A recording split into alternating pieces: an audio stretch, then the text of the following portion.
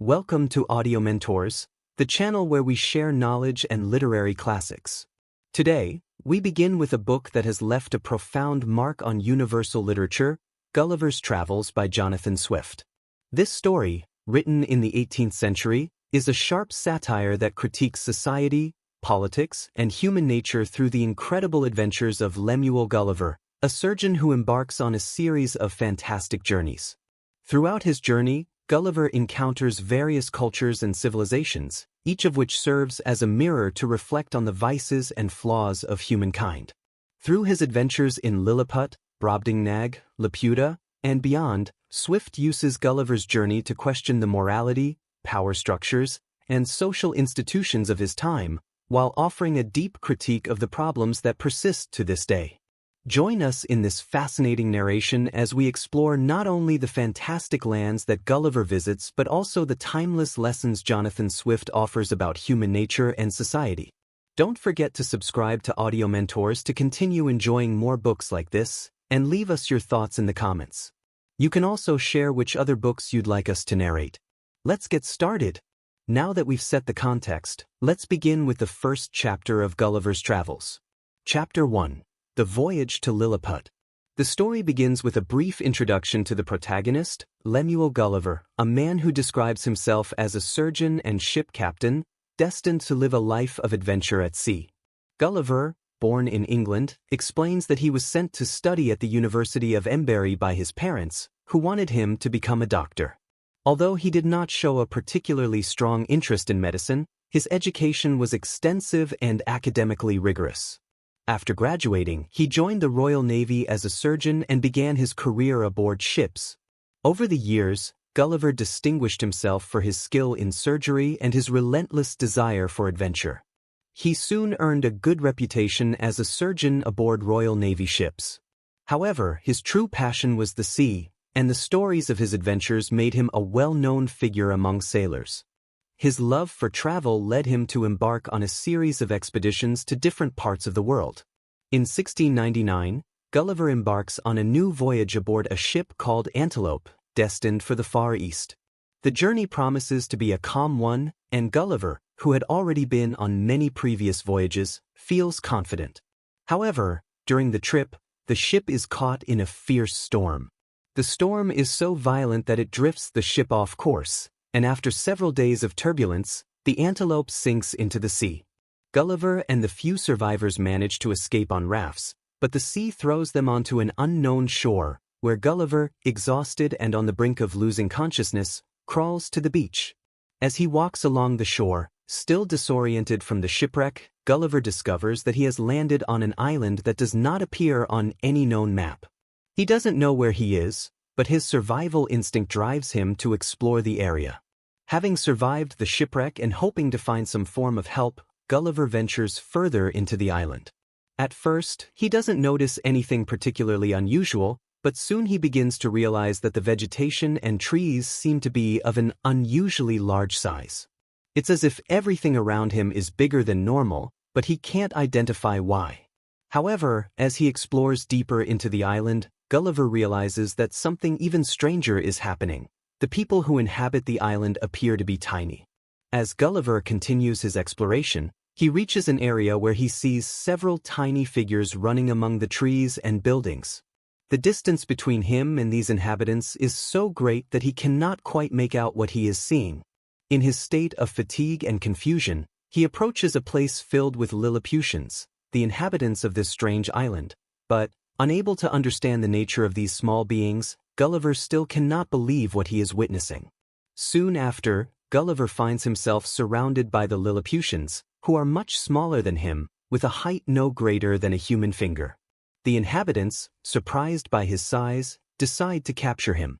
They tie him to a rope, immobilize him, and take him to a military camp where he is examined by a group of the island's top officials. Gulliver realizes that he is trapped, but despite his size, he cannot do anything to free himself because of the extraordinary size difference. Once captured, Gulliver is brought before the supreme authority of the island, the Emperor of Lilliput. Before him, the king of the island begins to interrogate him, but Gulliver, although he knows the situation is dangerous, feels fascinated by what he observes. The king and his ministers show both amazement and suspicion towards Gulliver, treating him as an oddity, showing him respect, but at the same time confusion over his size. Despite their obvious astonishment, the king of Lilliput and his court decide not to harm him, but rather to keep him in custody while they decide what to do with him. In this first encounter with the emperor, Gulliver notices that the culture and political structure of Lilliput are highly organized. The island is governed by a very rigid hierarchical system, with a set of laws and norms that the Lilliputians follow with discipline. Additionally, Gulliver observes that in the imperial court, decisions are made through a complex bureaucracy with great attention to detail. It is a miniature society, governed by principles similar to those he knows in his world, but taken to an extreme where the differences in size reflect the hierarchies of power. Over time, Gulliver begins to understand that the Lilliputians, despite their tiny size, are not lacking in intelligence or organization. In fact, they are very clever and have an advanced civilization, with their own system of education, religion, laws, and politics. However, the central point of Lilliputian society is the enormous social division and the marked political competition. In an ironic twist, Gulliver observes that despite his enormous size, he himself is treated in a humiliating and disparaging manner. The Lilliputians are confused by his size but also view him as a curiosity that may be useful for their purposes. Gulliver's situation in Lilliput presents a fascinating contrast, as he feels in a similar position to that of colonizers who discover distant lands and explore them, but now it is he who is observed and captured by the Lilliputians. Reflection. This chapter sets the stage for the adventures and reflections that will unfold throughout the book. The size difference between Gulliver and the Lilliputians is not only a metaphor for the differences in power and hierarchy but also a commentary on how societies perceive the other and how established norms and values define the way humans relate to each other. Through his satire, Swift invites us to reflect on power structures, social laws, and the humility of humanity as a whole. This initial encounter with the Lilliputians presents the paradox of power and establishes the critique that Swift will make throughout his work about human societies, showing how often superficial differences, in this case, size, become the basis for inequality and exclusion. Chapter 2: Arrival in Lilliput. Gulliver, still captive to the Lilliputians, finds himself bound and surrounded by thousands of them, who observe him with a mix of awe and fear. Despite his overwhelming size compared to them, he realizes that his captors are organized and determined. As Gulliver is brought into the city, he notices that his prison is situated in a large open area where several buildings and structures seem to be on a much smaller scale than usual, reflecting the diminutive size of the Lilliputians. The first encounter with the Lilliputians. As he is transported by the Lilliputians, Gulliver observes their customs and the organization of the city. The inhabitants move quickly and seem to have a very structured order, where the streets are narrow and the buildings delicate. However, despite their size, Gulliver feels completely bewildered by the complexity of Lilliput's customs and laws. The Lilliputians treat him as a kind of spectacle, showing a curiosity similar to that one might feel when witnessing a strange phenomenon or a rare exotic beast. As the day progresses, Gulliver is escorted to the center of the city, where he is taken before the royal court. Despite his overwhelming size, the emperor and his court maintain a respectful yet wary attitude. The size difference between Gulliver and the inhabitants of Lilliput becomes a symbol of the differences in power and hierarchy within Lilliputian society. The Emperor of Lilliput. The Emperor of Lilliput, described as an average-sized man for the Lilliputians, is deeply intrigued by Gulliver, but he also feels a mix of distrust and fear. The curiosity about the enormous human being blends with political caution, as he does not know whether Gulliver represents a threat or will simply be a source of entertainment. As a courtesy and precaution, the emperor orders a special cage to be built for Gulliver, in order to keep him controlled and examined without compromising the security of his kingdom. Upon reaching the cage, Gulliver is examined by the court doctors, who, despite their limited understanding of human biology, are intrigued by his enormous size. The Lilliputians, although frightened by his presence, try to understand how his body functions and what makes him so different from them. The doctors and scientists of Lilliput study him for days, taking detailed notes and conducting experiments to better understand the nature of his being. The Society of Lilliput. Throughout his stay on the island, Gulliver begins to learn more about Lilliputian society. He discovers that the island is governed by a monarchical system, in which the emperor has full authority but is surrounded by a complex bureaucracy of ministers, counselors, and officials. Each court member has a defined role, and important decisions are made in councils where the nation's affairs are debated. Lilliputian culture is extremely orderly and hierarchical. Daily life is governed by a series of strict customs that all citizens must follow. Society is based on work and service to the state, and education is a highly regulated process that teaches young people morality, obedience, and the laws of Lilliput. Citizenship is very aware of its social duties, and the laws are strictly enforced. Despite their small stature, the Lilliputians are deeply proud of their nation and consider their society superior to all others. This belief in their own superiority reflects a very common attitude in human societies, where people tend to see their own systems and customs as the most advanced and civilized. The internal conflict, the great political parties. Gulliver also witnesses the internal political tensions within Lilliput. The island is divided into two main parties, the High Heels and the Low Heels. These parties fight for power and influence in the court, and politics in Lilliput is as intense and competitive as in any other nation in the world. The High Heels believe that the interests of the state must be defended at all costs, while the Low Heels maintain that individual freedom should prevail. The struggles between these two political groups are not only fought in the halls of power but also extend to the alleyways and markets of the city, where the Lilliputians take sides, defending their beliefs with fierce passion. The political division is so deep that Gulliver finds himself caught up in a series of philosophical discussions and debates with the Lilliputians about the nature of governance and justice. Despite being a foreigner in this small world, Gulliver observes the contradictions and flaws in society while still admiring the strengths of their system. The shadow of war. As Gulliver begins to better understand the political and social structure of Lilliput, he learns that the nation is embroiled in a long-standing dispute with the neighboring island of Blefuscu. The conflict has arisen over a disagreement about the proper interpretation of a religious law, a debate over how to break eggs. This absurd war over such a trivial cause reflects, in satirical terms, how human societies often enter into conflict over minor disputes that are elevated to a national scale of importance. The Lilliputians, though small in number, are intensely nationalistic and believe that their war with Blefuscu is a fight for survival.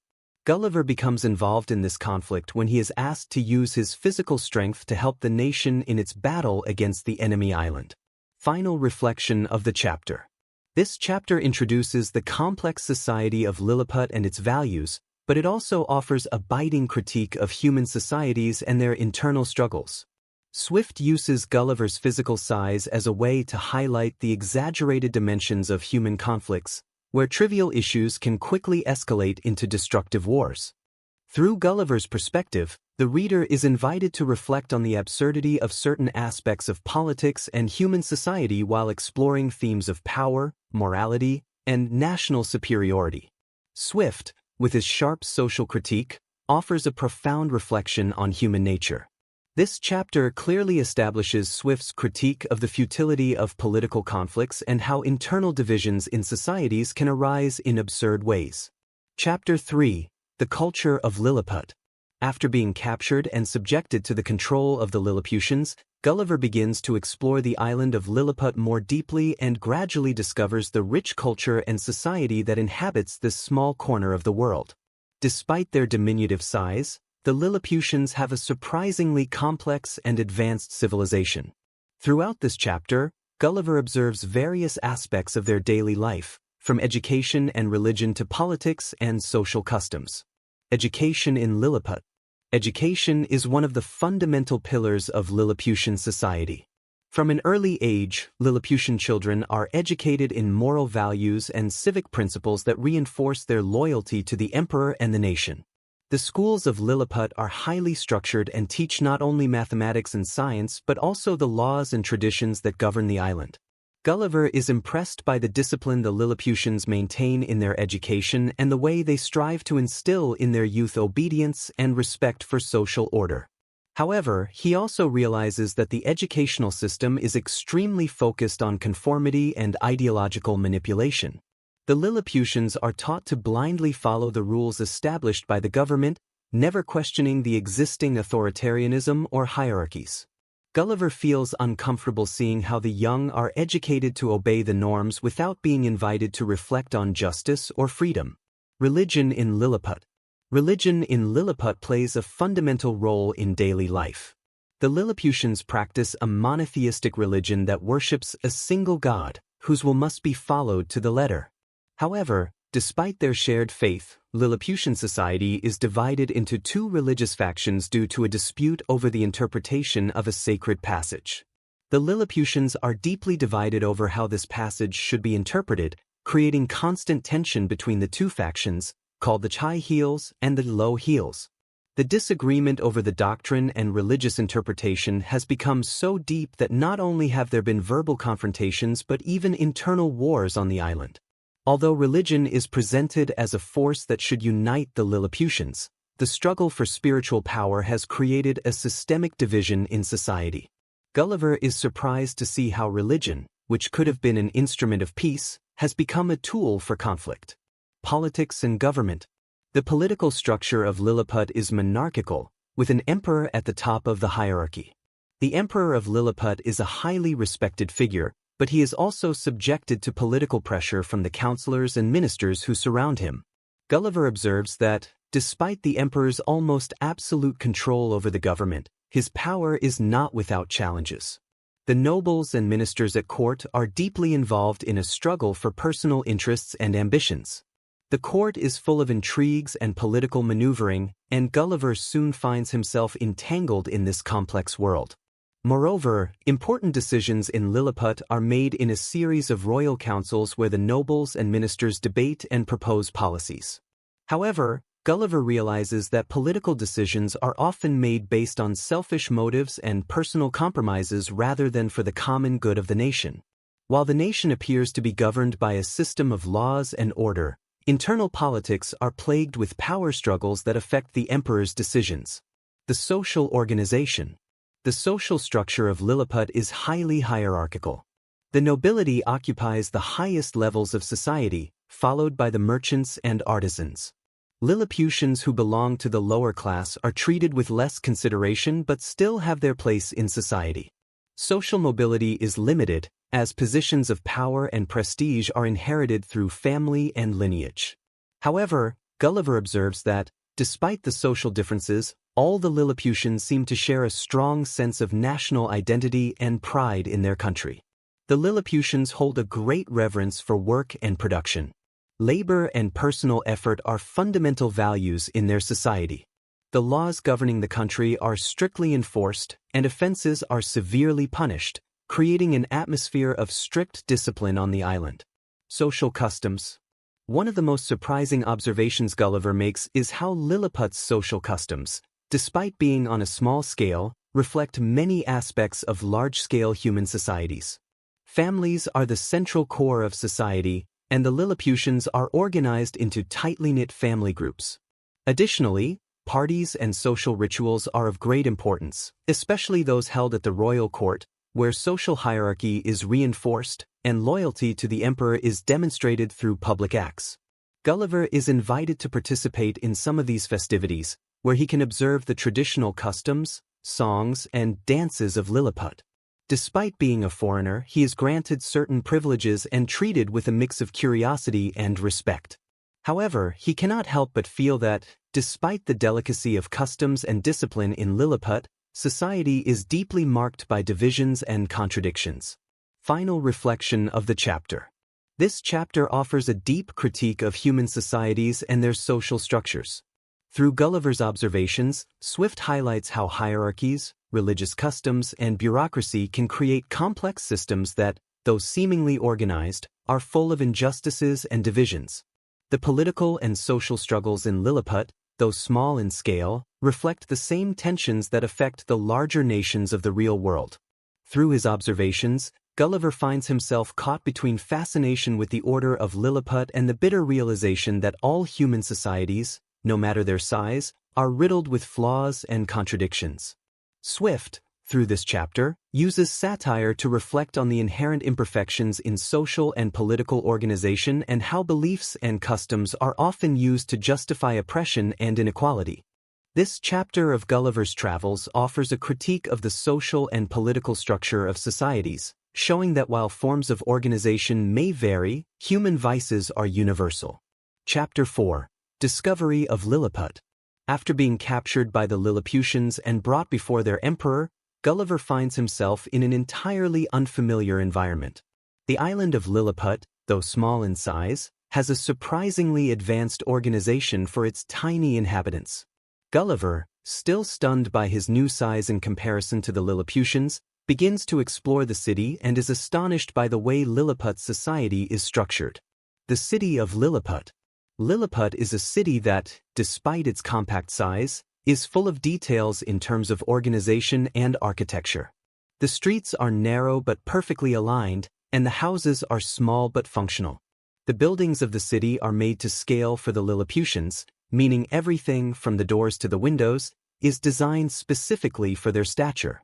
The urban layout is very orderly and efficient, and everything seems perfectly calculated to maximize the limited space. As Gulliver walks through the streets of Lilliput, he notices that the merchants in the markets are busy selling products that he, with his oversized frame, can barely comprehend.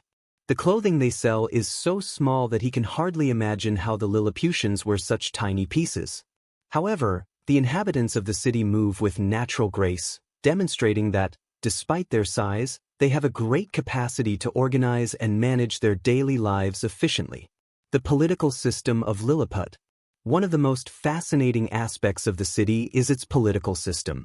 Gulliver soon learns that the government of Lilliput is based on a monarchical system very similar to the feudal systems he is familiar with, but adapted to their peculiar size. The emperor of Lilliput has absolute power but is surrounded by nobles and ministers who help govern the island. Important decisions, such as law and foreign policy, are made in a series of royal councils that Gulliver observes carefully. Despite the apparent stability of Lilliputian society, Gulliver also begins to notice some tension in the city. Although the Lilliputians are educated and organized, they seem to be trapped in their own internal disputes, particularly related to differences in philosophical and religious opinions. This climate of division is also reflected in the way the Lilliputians view foreign relations, especially with the neighboring nation of Blefuscu, with whom they maintain a tense relationship. The culture and customs of Lilliput. The culture of Lilliput is incredibly rich and deeply influenced by traditions and customs that, despite their small scale, seem to function in a surprisingly efficient manner. The Lilliputians have a great reverence for learning and education. Schools are dedicated to teaching morals, sciences, and politics from an early age, ensuring that each citizen is fully aware of their place in society. As Gulliver explores further, he realizes that religious customs play a significant role in the daily lives of the Lilliputians. Despite their small size, they have elaborate rituals and deep religious devotion that permeate their everyday life. However, there is also a strong religious division among the Lilliputians, especially regarding how to interpret religious laws and moral norms. The nobility caste. At the court, Gulliver encounters the nobles and high-ranking officials, who are responsible for organizing the political life of the island. These nobles, despite their small size, hold great power over the lives of the Lilliputians. Gulliver notices that bureaucracy and social distinctions play a very important role in Lilliput's structure. People are classified and organized not only by their work and education but also by their social status. However, he also begins to notice tensions and internal struggles between different power groups. Political intrigue is a constant, and disputes over control of resources and privileges create a competitive environment that, although on a small scale, is reminiscent of power struggles in larger nations. Gulliver and the Court of Lilliput. As Gulliver delves deeper into Lilliput's political life, he finds himself caught in the political disputes between different factions within the court. Though initially treated with caution and respect as a foreigner, he soon realizes that his position is far from secure.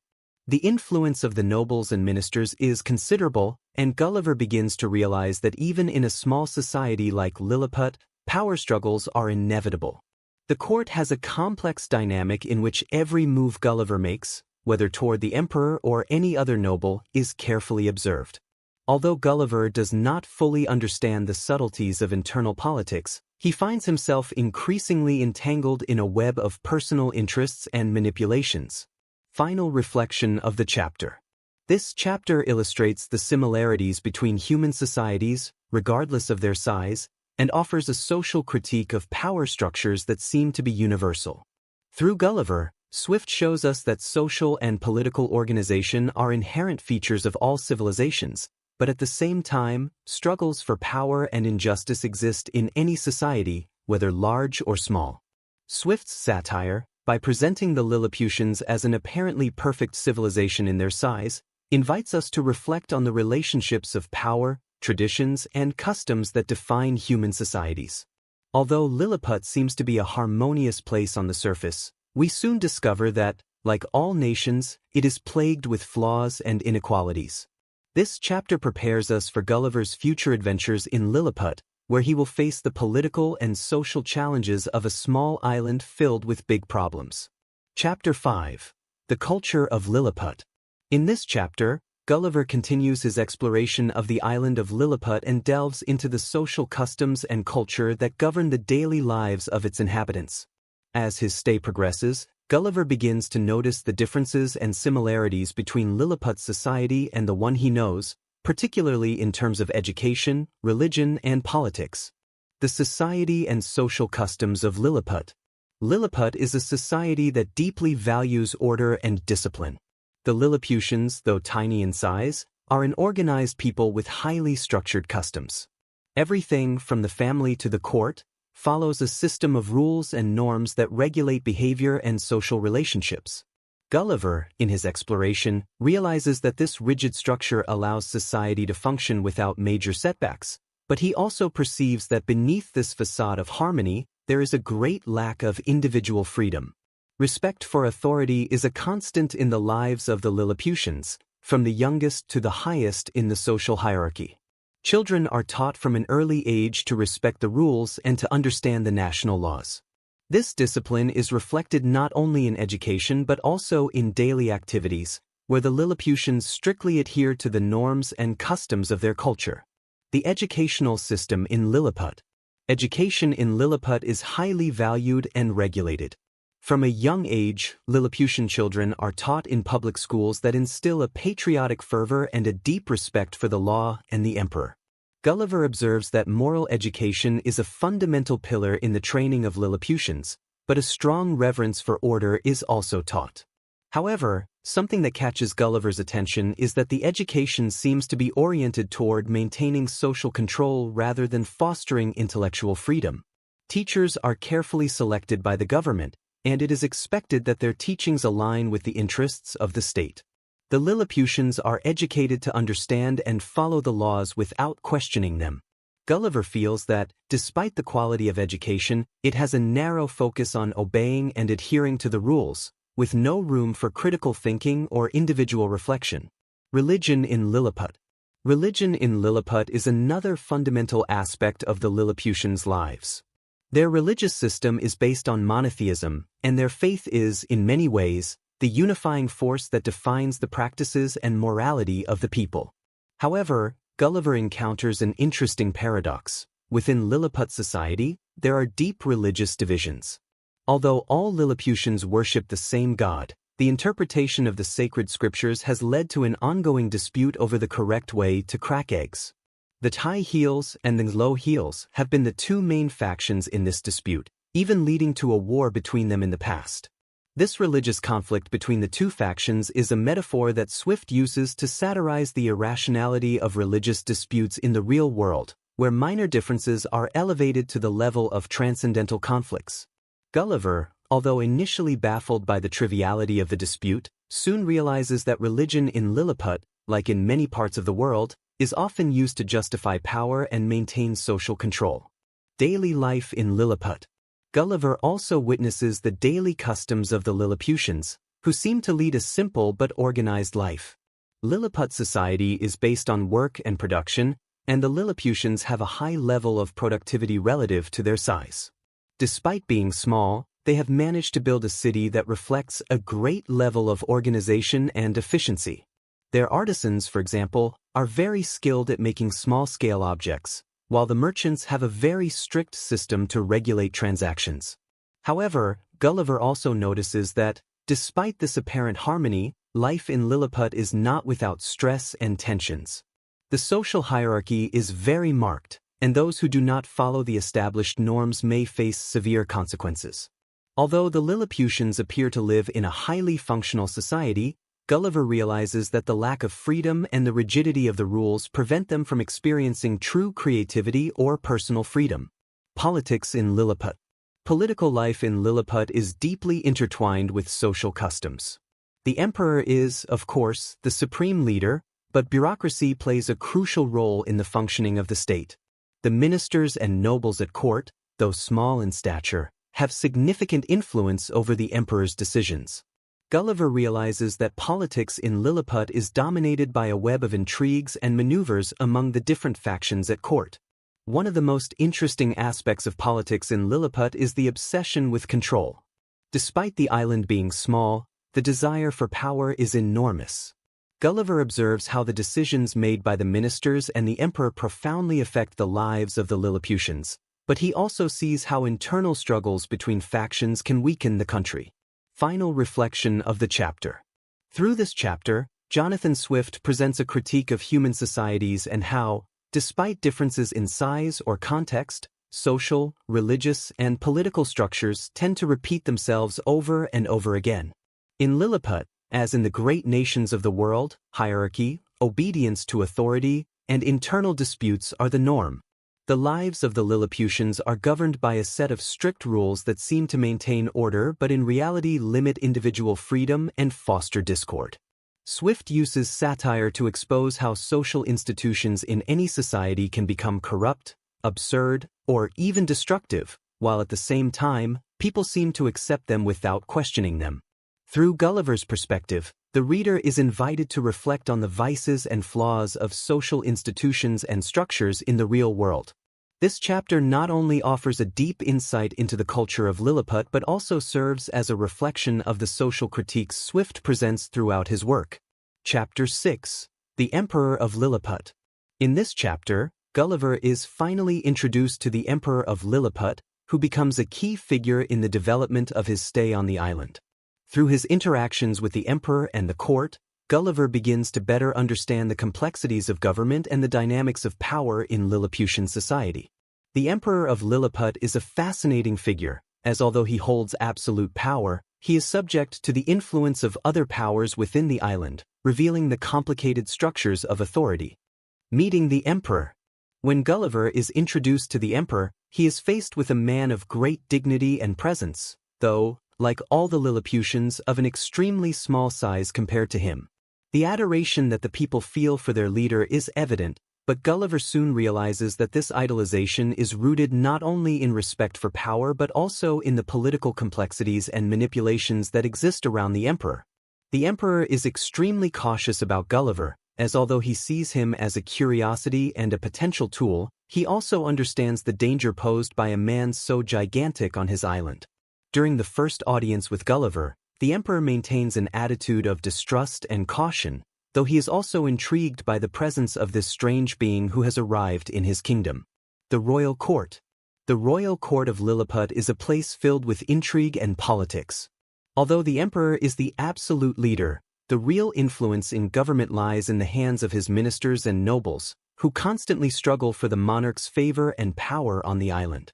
Gulliver, seen as an extraordinary spectacle, soon becomes a pawn in the court's game, where his opinions and actions are carefully monitored. Through his interactions with the members of the court, Gulliver realizes that, despite the island's small size, the power struggle and competition are as intense as in any large nation. The ministers and nobles of the court are deeply involved in political manipulations, ranging from marriage arrangements to secret alliances, all in an effort to gain favor with the emperor and secure their place in the hierarchy. The power of the emperor. Despite the apparent influence of his ministers and nobles, the emperor remains the most powerful man in Lilliput, and his decisions are final. However, as Gulliver soon observes, the emperor is highly dependent on the information that reaches him through his advisors, who often have their own personal interests at stake. Gulliver realizes that the emperor's figure is actually more formal than real, and although he has absolute power, this power is constantly challenged by the internal political forces at court. Internal conflict in the court. Within the royal court, the nobles are divided into factions, and the struggle for power and influence is constant. Gulliver observes how the court ministers fight to win the emperor's favor, using strategies ranging from manipulation to blackmail.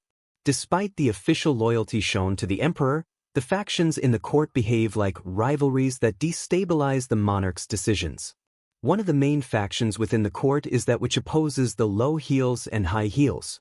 These factions represent two rival groups within the court, with differing opinions on how Lilliput's internal and external affairs should be handled. This political division is a constant in Gulliver's life, as he realizes that not only are the Lilliputians at war with each other, but their very court is plagued by ambitions and enmities. Monarchy and laws. Although the emperor has absolute power over his people, the laws of Lilliput play a crucial role in organizing the island. The emperor, like all monarchs, is restricted by the social norms and codes of conduct that the court expects him to follow. Throughout his interactions in the court, Gulliver witnesses how the laws are not always just or equitable. Nobles and ministers can bypass the laws through manipulation or their connections to the emperor, revealing the inequality within the legal system. The emperor, despite being the supreme legislator, is constrained by the social rules set by the ministers.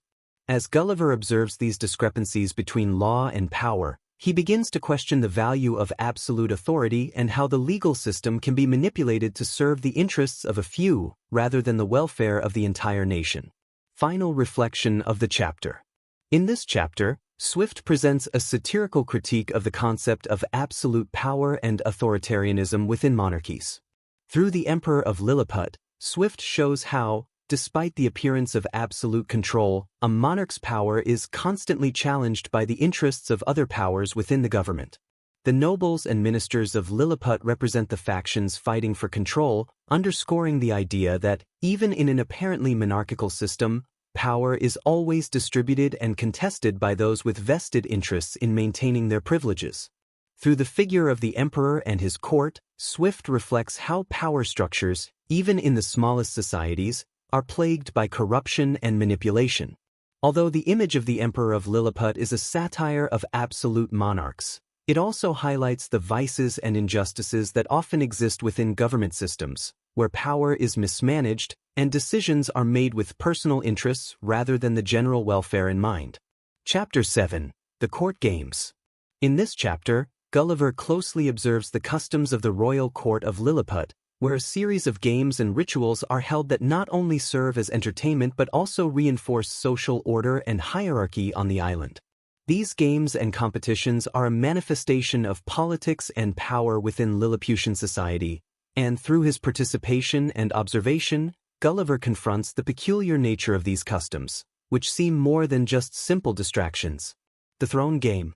One of the main games at the court of Lilliput is a kind of competition for the emperor's favor. The nobles and ministers, eager to gain power and respect, participate in various physical and mental challenges that the emperor organizes at court. Although at first these games seem to be mere distractions, they are actually a way to evaluate the skill and loyalty of the participants. The winners of the games are rewarded with titles and special privileges, while the losers fall from grace and lose the monarch's favor. Gulliver observes these games with amazement, as they are a form of power distribution on the island. Though he is not completely sure of their purpose, he quickly realizes that political skills play as important a role as physical abilities. Cunning, the ability to manipulate others, and political loyalty are as necessary as physical prowess in these games, reflecting the deep interconnection between politics and personal interests. The Competition Game. In one of the most notable games, the members of the court must compete in a series of mental challenges, including debates on philosophical topics, international relations, and public administration. These competitions of eloquence and argumentation are a way to demonstrate intelligence and mastery over the empire, but they also allow the participants to showcase themselves before the emperor and other courtiers. Gulliver realizes that, although these games seem to be simple discussions, they are, in fact, a battlefield for political survival. Despite the intelligence required to participate in these games, Gulliver begins to notice that the discussions are not always motivated by a sincere desire for progress or improvement, but by a competition for power. The participants often do not seek the common good, but rather personal gain, reflecting the corruption that Swift critiques through his satire. The power game. As Gulliver adapts more to life at court, he realizes that, beyond the physical games and intellectual competitions, the court of Lilliput is dominated by a much deeper game, the game of power. This game has no formal rules or clear tests. It is simply a constant struggle for influence and control over the emperor. Gulliver finds himself involved, though passively, in this struggle. As the only giant-sized being, he becomes a strategic piece on the court's political chessboard. Although he is initially shown as a mere spectator, his size and abilities turn him into a tool for the factions of the government to fight for his favor. The nobles and ministers begin to use him to advance their personal agendas, seeing him as an instrument they can manipulate as it suits them. Realizing this, Gulliver begins to feel like a pawn in the game, trapped between the manipulations of the powerful and his own desire to find a purpose in this strange new world. Despite his size and strength, he finds himself limited by the intricate political norms of the island, leading him to reflect on the similarities with the societies he has lived in, where power and manipulation play a central role. Swift's satire. Swift uses these games to deliver a sharp critique of the power struggles and political manipulations that occur in all royal courts, not just in Lilliput, but in all human societies. Through satire, Swift shows how the game of power is often more important than the actual actions taken for the welfare of the nation or humanity. Through Gulliver, who is constantly manipulated and used, Swift critiques the emptiness of politics and how, in many cases, the desire for power and status surpasses the true needs of society. Gulliver, as an observer and involuntary participant, realizes that even the smallest nations are caught in a cycle of ambition, lies, and subterfuge. Final reflection of the chapter. The games at the court of Lilliput do not only serve as entertainment or as a demonstration of skill, they reflect the political dynamics that exist in all human societies. Swift uses these games to show how power struggles are a constant, both in small societies and in the larger ones, and how the competition for influence can lead to manipulation and a distortion of the real needs of the nation. Through Gulliver's critical perspective, the reader is invited to reflect on the corruption and flaws of the political system. Power struggles, while they may seem trivial or harmless, have deep consequences for the stability and well-being of society, and Swift shows, through the satire, the absurdity and harm of these power games. This chapter reinforces Swift's critique of political intrigue and how, even on a tiny island like Lilliput, humans are trapped in the competition for power and status, reflecting the inherent corruption of human societies. Chapter 8. Military Affairs. In this chapter, Gulliver's attention turns to the military affairs of Lilliput, particularly the island's relationship with the neighboring nation of Blefuscu. As Gulliver becomes more involved in the political and social life of Lilliput, he realizes that, although the island seems peaceful, it is embroiled in a long-standing conflict with Blefuscu that has been ongoing for years. This conflict, which initially seems like a minor dispute, has deep implications for the island's stability, and Gulliver becomes drawn into it. The war with Blefuscu. The conflict between Lilliput and Blefuscu originates in a religious dispute about the correct way to break eggs. This small dispute, which began decades ago, has grown into an open war between the two islands. The Lilliputians believe that Blefuscu, due to their differing opinion on the use of eggs, is a threat to their way of life and culture. However, when Gulliver begins to learn the details of the conflict, he realizes that the reason for the war is as absurd as the disagreement about how to break an egg. Lilliput's military preparations. Gulliver observes that, despite the futility of the war, Lilliput has meticulously prepared for the conflict. The island has an organized army and a navy that trains to defend the kingdom against the Blefuscuans. Despite being a small nation, Lilliput has dedicated a significant amount of resources to its defense, reflecting the deep nationalism and pride of the Lilliputians. What most surprises Gulliver is Lilliput's military strategy. Although the Lilliputians are not known for their fighting ability or for having a particularly large army, their military is surprisingly well-trained and disciplined. However, this preparation is not enough to face Blefuscu, which has a considerably larger and more powerful army. Gulliver's role in the war. Given Gulliver's size, he becomes something of a secret weapon for Lilliput. As the conflict with Blefuscu intensifies, the Emperor of Lilliput requests Gulliver's help to defend the island. Although Gulliver is initially reluctant to get involved in such an absurd conflict, he realizes that his size and strength make him a crucial piece in Lilliput's war effort. Gulliver is sent to attack Blefuscu's fleet and capture its ships. Using his enormous size and physical strength, Gulliver manages to destroy several enemy vessels, which earns him even greater status among the Lilliputians. However, despite his success in battle, Gulliver becomes increasingly uncomfortable with his role in the conflict, as he realizes he is being used as a tool for a senseless war. Gulliver's reflections. As Gulliver participates in the fighting and observes the military tactics, he begins to reflect on the absurdity of war. Despite his success in battle, Gulliver cannot help but think about the trivial reasons that led to the war and how nations often get dragged into pointless conflicts due to minor disputes. The war, which began over how to break eggs, has escalated into an armed conflict that threatens to destroy both nations. Gulliver also realizes that, in wars, political leaders often use conflict as a strategy for control, seeking to consolidate their power and ensure that the population remains loyal and obedient. In the case of Lilliput, the Emperor uses the war as a tool of power, while political factions within the island take advantage of the situation to gain influence and secure their own agendas. The weariness of war.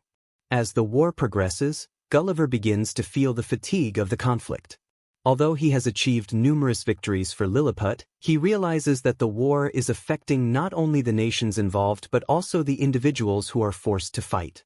The population of Lilliput, though proud of their army and victories, starts to suffer the consequences of war.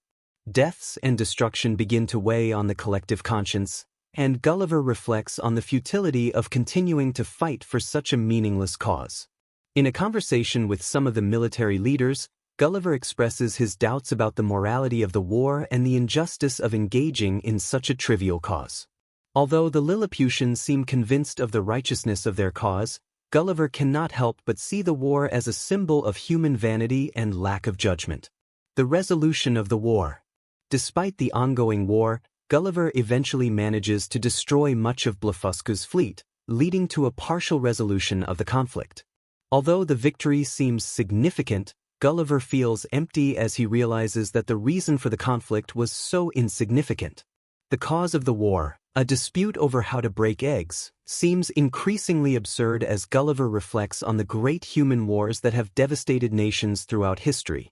At the end of the chapter, Gulliver begins to feel like an instrument of war in a cause that has no moral justification. The victory feels hollow, and Gulliver finds himself trapped in the dilemma of having been used in a senseless conflict, leaving him with a deep sense of disillusionment and reflection on the motivations that drive nations to go to war. Final reflection of the chapter. This chapter highlights Swift's critique of wars and conflicts that often arise from trivial or absurd reasons. Through satire, Swift invites us to reflect on how nations and leaders can manipulate their citizens to justify war, even when the origin of the conflict is completely insignificant. Through Gulliver, the reader faces the bleak reality of warfare, which destroys lives and resources without offering any real solution or valid justification. This chapter not only serves as a critique of unnecessary wars but also emphasizes the senselessness of the motives behind many of them, inviting the reader to question the value of military conquests and the true nature of the power exercised during conflicts. Chapter 9. The Dispute over Foreign Policy. In this chapter, Gulliver finds himself in the middle of an escalation of political tensions between Lilliput and Blefuscu, which not only affect the stability of the islands but also foreign relations that could have a much larger impact.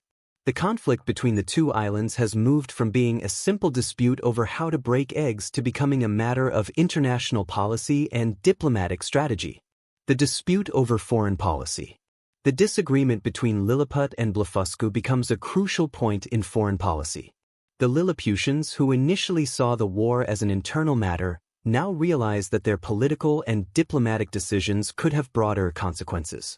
Neighboring nations begin to observe the dispute with more interest, and soon alliances and external pressures arise that further complicate the situation. Gulliver, being a key figure at the court of Lilliput due to his size and strength, is called upon to intervene in diplomatic affairs, as the Emperor of Lilliput sees him as a useful tool to strengthen his position against Blefuscu and other nations.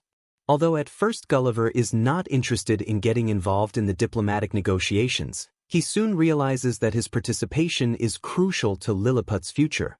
Gulliver's role in diplomacy. Gulliver becomes an intermediary between Lilliput and Blefuscu, using his size and strength to pressure the other island. In several meetings with the ministers and diplomats of the Lilliput court, Gulliver is instructed on the emperor's demands and expectations. Although he feels uncomfortable in his role, as he has no diplomatic training, he is forced to act as an agent of power in a global situation. As Gulliver delves into the negotiations, he realizes that foreign relations are not as simple as they seem. Lilliput's politics are at stake, and every move Gulliver makes can have irreversible consequences for the island. The Blefuscu ambassador is equally shrewd, and the talks become a series of haggling and diplomatic manipulations. Gulliver observes how international relations are dominated by the desire for power and supremacy, rather than by the interest in peace or the common good. Military strategy in foreign policy. As the talks progress, the Emperor of Lilliput and his advisors discover that the situation is much more complex than they had imagined. The Lilliputians are not only pressured by Blefuscu's military strength but also by the international alliances Blefuscu has formed with other neighboring islands. Gulliver, being a valuable military asset, becomes Lilliput's main bargaining chip. However, as Gulliver becomes more involved in the discussions, he begins to reflect on the nature of foreign policy and the interests at play. Although he is presented as a mere instrument to pressure Blefuscu, Gulliver realizes that military power and diplomacy are deeply intertwined. The decisions made in Lilliput have repercussions not only on the island but also on the international stage. Gulliver's criticisms. As Gulliver reflects on the diplomatic disputes and his role in them, he realizes how absurd the conflict between the two islands is. The war, which began with a religious disagreement over how to break eggs, has become a struggle for power and the survival of two nations that, at their core, are not so different in their needs and goals. Gulliver, trapped in the cycle of power in international relations, begins to feel increasingly disillusioned with the futility of wars and foreign policies. Throughout the chapter, Gulliver faces the contradiction of using his influence and strength to participate in a conflict that, in his eyes, is completely unnecessary.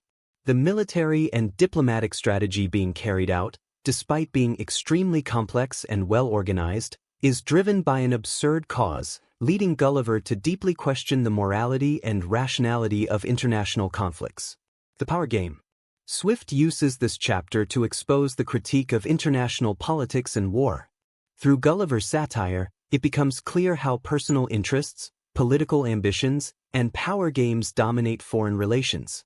Nations, although seemingly different, end up being prisoners of their own desires for supremacy and control. The dispute between Lilliput and Blefuscu, which originally was a trivial matter, reflects how even the smallest issues can be exploited to justify violence and conflict. Final reflection of the chapter. This chapter, through Gulliver's observations, invites the reader to reflect on the irregularities of foreign policy and the futility of international conflicts. The conflict that begins with a trivial dispute becomes a struggle for power, and governments use war and diplomatic manipulations as a way to strengthen their control. Swift offers a critique of the hypocrisy of international relations and how, in many cases, war is an extension of political ambitions rather than a response to real problems. Through satire, Swift highlights the irrationality of many military conflicts and the uselessness of international disputes that, in the end, do nothing to contribute to the well-being of the nations involved, but instead only feed the greed and arrogance of those in power. This chapter leaves us with a profound reflection on power and international politics, as Gulliver continues to be a figure who, although trapped in diplomatic and military maneuvers, begins to question the morality of the entire system surrounding him. Chapter 10. The Dangers at Court. In this chapter, Gulliver faces the intrigues and internal conflicts that threaten to undermine his position at the court of Lilliput. After having proven his worth in the war with Blefuscu and gaining the Emperor's favor, Gulliver begins to feel increasingly trapped in a web of conspiracies within the court. Despite his size and power, he discovers that his influence is being used by the factions fighting for political control on the island, and he finds himself caught in a series of traps that could endanger his life. The Court of Lilliput, a game of intrigue. Although Gulliver was initially received as a national hero, he quickly realizes that the Court of Lilliput is filled with political intrigues. The nobles and ministers of the island, while publicly showing him respect, have opposing interests and are fighting among themselves for power. The rivalries between the factions of the court, the high heels and the low heels, intensify, and Gulliver becomes a pawn in this game of manipulation. Gulliver's role in diplomacy. Although Gulliver is not an experienced politician, he begins to notice how his size and position place him at the center of power games. The ministers and nobles seek to win his favor to advance their own interests, but they also attempt to discredit their opponents. Gulliver finds himself trapped between these dilemmas, as he cannot fully trust any of the faction members around him. The betrayal of the nobles. One of the most critical moments in this chapter occurs when Gulliver learns that one of the factions at court has conspired against him. Some nobles who had previously shown great respect for Gulliver due to his success in the war, now fear his growing influence on the island and see him as a threat to their own power. It is rumored that Gulliver could be manipulated into making decisions that favor certain faction members or even used to destabilize the rival faction. Although Gulliver initially feels uncomfortable with the conspiracies he uncovers, he begins to understand the internal politics of Lilliput. The power game at court is ruthless, and Gulliver becomes a sort of pawn in a struggle in which he has little agency. However, his power remains relevant, and many at court see him as an instrument they can use for their own ends. The risk of dishonor. As Gulliver becomes more involved in political disputes, he realizes that dishonor is a terrible fate in Lilliput. Nobles and courtiers who fall from grace are publicly humiliated, and the loss of respect and status at court can be more destructive than any physical punishment. Gulliver, who had been treated as a kind of national hero, now fears that his position on the island may be threatened by the intrigues surrounding him. The court is full of rumors and accusations, and Gulliver finds himself caught in a series of challenges that go beyond simple loyalty to a party or faction. As the political traps intensify, Gulliver begins to suspect that some of his friends at court are trying to ruin his reputation to take advantage of his fall. Betrayal and punishment. The chapter reaches a climax when Gulliver is falsely accused of treason by one of the rival ministers. The attack is well orchestrated and seems to be backed by a series of false evidence and manipulations. Gulliver, shocked by the turn of events, finds himself accused of conspiring against the Emperor and attempting to sell secrets to the enemy nation, Blefuscu. Although Gulliver tries to defend himself and prove his innocence, Lilliput's judicial system is highly strict and quick in its decisions. The accusation, though unfounded, places Gulliver in an extremely difficult situation. However, as a powerful foreigner, he is given a certain opportunity to defend himself before being severely punished. The Emperor's intervention. After a series of negotiations and seeing the growing concern about Gulliver's situation, the Emperor finally intervenes in the case. Although the Emperor is surrounded by conspiracies and internal pressures, he decides to give Gulliver the opportunity to defend his honor and reputation, thanks to the importance he has gained from his military services. This turn of events shows that although the Emperor has almost absolute power, Lilliput's government is also influenced by pressures and complex relationships within the court. Gulliver, despite his difficulties, manages to gain some respect by proving that the accusations against him are unfounded, and the situation seems to be resolved for the moment. However, the accusation and defense process makes it clear that, in Lilliput, falsehoods and political traps are an integral part of the judicial system. Final reflection of the chapter. This chapter delves into the internal tensions of Lilliput and highlights how power and politics are intertwined with distrust and betrayal. Through Gulliver, Swift reflects on how lies and manipulations at court can have a significant impact on the fate of individuals, especially in a system where appearance and loyalty are crucial for success. Swift, through this chapter, offers a critique of absolute power and the political intrigues that often define courts and governments, showing how conflicts of interest often lead to injustices and the loss of morality in political decisions. Just like in many human societies, betrayal and disloyalty are commonplace, and power is not only exercised through force but also through lies and deceit. This chapter illustrates how political intrigues on a small island can reflect the universal problems of power and corruption that exist in all societies. Gulliver, trapped in these struggles, begins to see the emptiness of power structures, reinforcing Swift's social critique. Chapter 11. Confrontation with the opponents. In this chapter, Gulliver finds himself increasingly immersed in the political and social complexities of Lilliput, where conspiracies and power conflicts not only arise within the court but begin to involve a broader sector of society. As Gulliver progresses in his stay on the island, he faces open resistance from those who oppose his influence and his growing prominence in the kingdom's affairs. Internal resistance in Lilliput. Gulliver's position in Lilliput. Gulliver, who has gained the favor of several factions within the court thanks to his achievements in the war against Blefuscu, now faces growing opposition from dissenting leaders on the island. These opponents, although they lack the power to directly challenge the emperor, represent a faction that is unwilling to accept Gulliver's influence or the political reforms he may be supporting. Although not all Lilliputians see Gulliver as a threat, the more conservative members of the court begin to fear that his presence may upset the balance of power on the island. Initially surprised by the hostility he begins to experience, Gulliver soon realizes that his involvement in military and political matters has caused distrust among some of the nobles and officials who do not want to lose their position of power. The relationship between the factions in the kingdom is tense, and personal ambitions begin to dominate the political scene. The accusation of high treason. As the situation intensifies, some of the nobles in Lilliput, fearing that Gulliver might become a threat to their own interests, begin to spread rumors and accusations against him. The primary accusation made is one of high treason, accusing Gulliver of attempting to subvert the political system and undermine the emperor's authority. Although these accusations are entirely unfounded, Gulliver's opponents manage to manipulate public opinion and gain the support of several sectors of the court to investigate his behavior. The judicial process in Lilliput is extremely swift and severe, and the evidence presented against Gulliver is more a reflection of political intrigue than of the reality of his actions.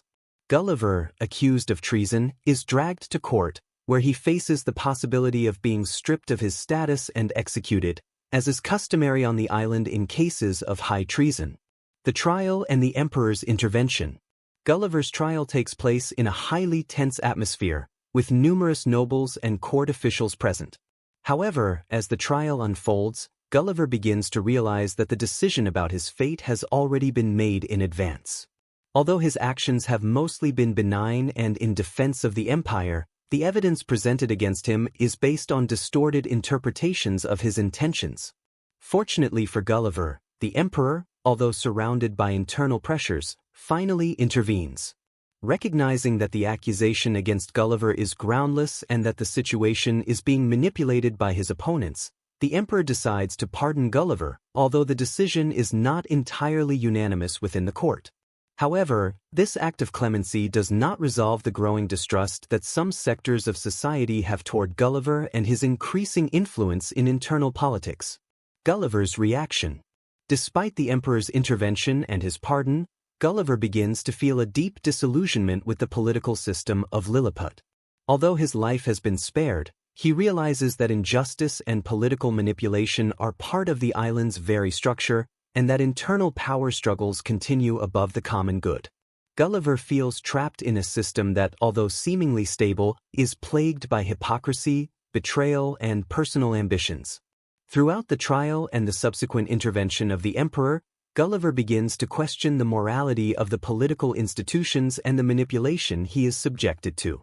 Despite having fought for the well-being of Lilliput, he discovers that the system is more interested in maintaining power and suppressing opponents than in recognizing the value of individual contributions.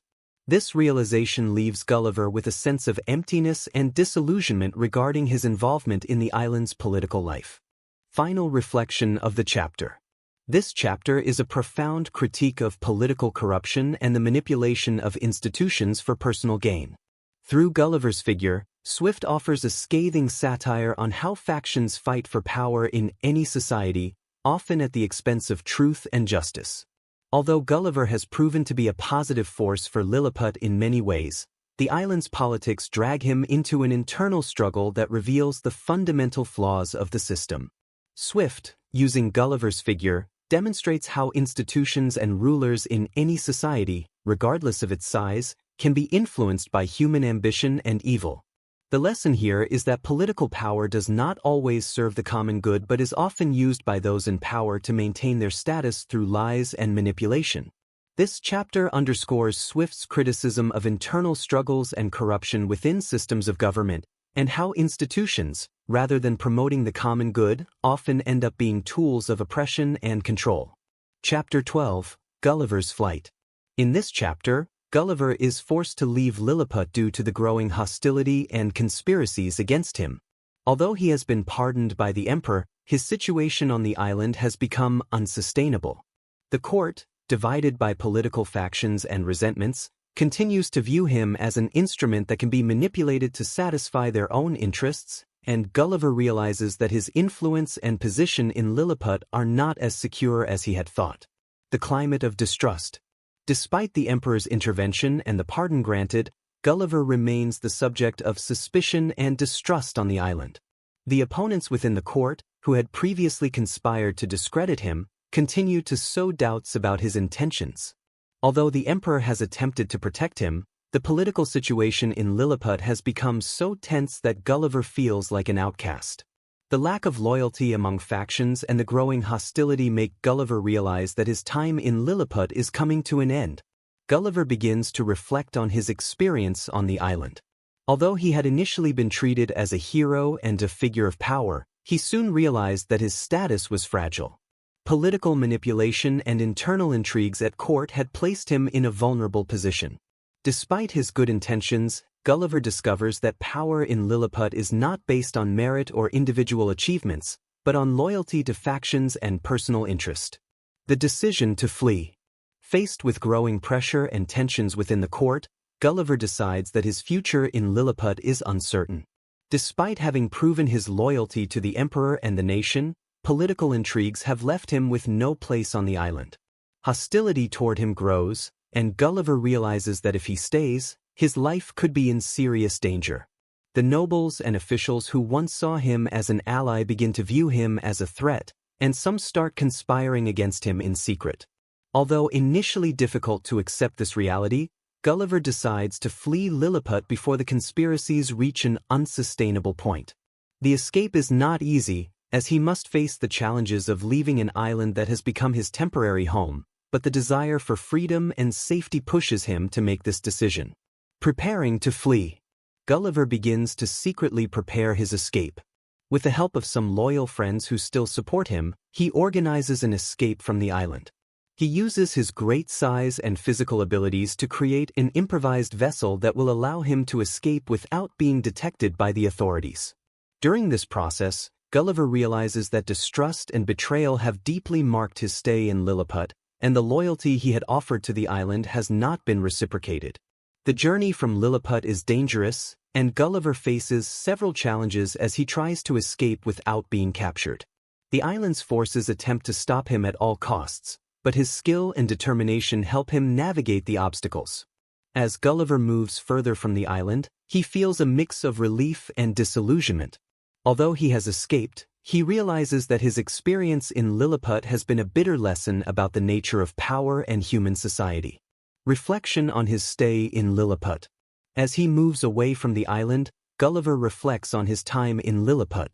Despite the great victories he achieved and the respect he initially gained, he realizes that Lilliputian society is deeply divided and governed by personal and political interests. The corruption and lies he observed at court made him feel like a foreigner in a nation that, although small in size, shared many of the imperfections and vices of the great nations he had known.